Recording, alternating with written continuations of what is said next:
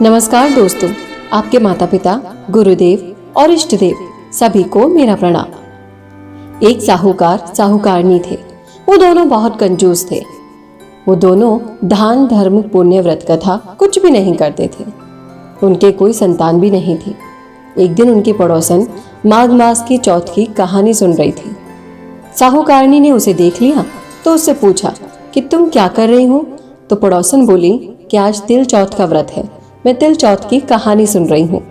ये सुनकर साहूकारनी ने उससे पूछा कि इससे क्या होता है। तो पड़ोसन बोली कि इससे अन्न धन मिलता है, संतान होती है। ये सुनकर साहूकारनी बोली, मेरे संतान नहीं है। यदि मेरी भी संतान होगी तो मैं 1.25 मन का तिलकुट्टे का भोग लगाऊंगी और चौथ का व्रत करूंगी। इसके थोड़े दिन बाद साहूकारनी गर्भवती हो गई। चौथ माता के इस चमत्कार को देखकर आश्चर्यचकित रह गई और कहने लगी कि लड़का होगा तब व्रत रखूंगी और 1.25 मन का तिलकुट्टा चढ़ाऊंगी। अब उसके लड़का भी हो गया तो वो बोली कि जब इसका विवाह होगा तब भोग लगाऊंगी। समय के साथ बेटा बड़ा हो गया, उसका विवाह भी तय हो गया। नियत समय पर जब वो बारात लेकर गया तो साहूकारनी का बेटा होने वाली पत्नी के साथ फेरे लेने ही वाला था।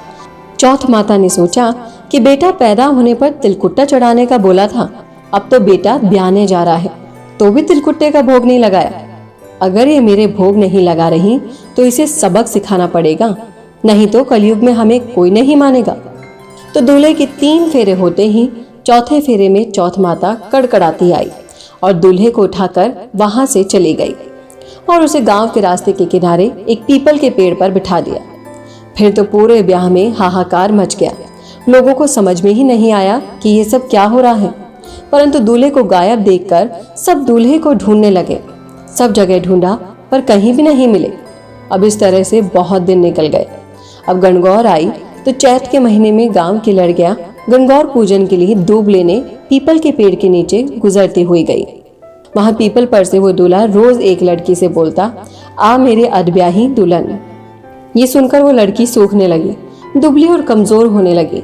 ये देखकर उसकी माँ ने उससे पूछा कि मैं तो तेरे को अच्छा और भरपेट खाना खिलाती हूँ, फिर भी तू क्यों सूख रही है। तो लड़की बोली, मैं जब भी दूब लेने जाती हूँ तो रास्ते में एक पीपल के पेड़ के नीचे से निकलती हूँ।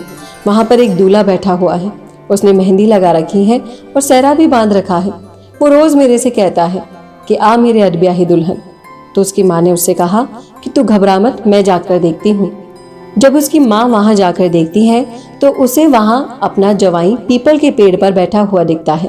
तो वो पूछती है, तुम यहाँ क्यों बैठे हो। तो वो बोलता है कि मैं चौथ माता के यहाँ गिरवी रखा हुआ हूँ।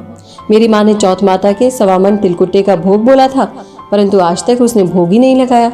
इसलिए नाराज होकर चौथ माता मुझे यहाँ उठा लाई और यहाँ पर आकर पीपल पर बिठा दिया। ये सुनते ही उसी वक्त लड़की की माँ दूल्हे की माँ के पास गई और सारी बात बोल दी। तो साहूकारनी बोली, हे चौथ माता, मेरा अपराध क्षमा करो, मुझे एक और अवसर दो। अगर मेरा बेटा आ जाएगा तो मैं 2.5 मन तिलकुट्टे का भोग लगाऊंगी। छोरी की माँ ने भी 2.5 मन तिलकुट्टे का भोग बोला। दोनों माओं की अनुनय विनय सुनकर चौथ माता राजी हो गई। उन्होंने उस बेटे को फेरे में लाकर बिठा दिया और धूमधाम से उसका ब्याह हो गया। उसके बाद पीछे से सभी लोगों ने चौथ माता को तिलकुट्टे का भोग लगाया और सारी नगरी में ढिंढोरा पिटवा दिया कि कोई भी चौथ माता का व्रत करेगा तो तिलकुट्टे का भोग जरूर लगाएगा। हे चौथ माता, जैसे आपने बेटे बहू को मिलवाया वैसे ही सभी पर अपनी कृपा करना और आपकी कथा सुनने वाले, हुंकारा भरने वाले की सभी मनोकामनाएं पूरी करना। कोई भूल चूक हुई हो तो माफ करना। चौथ माता की जय।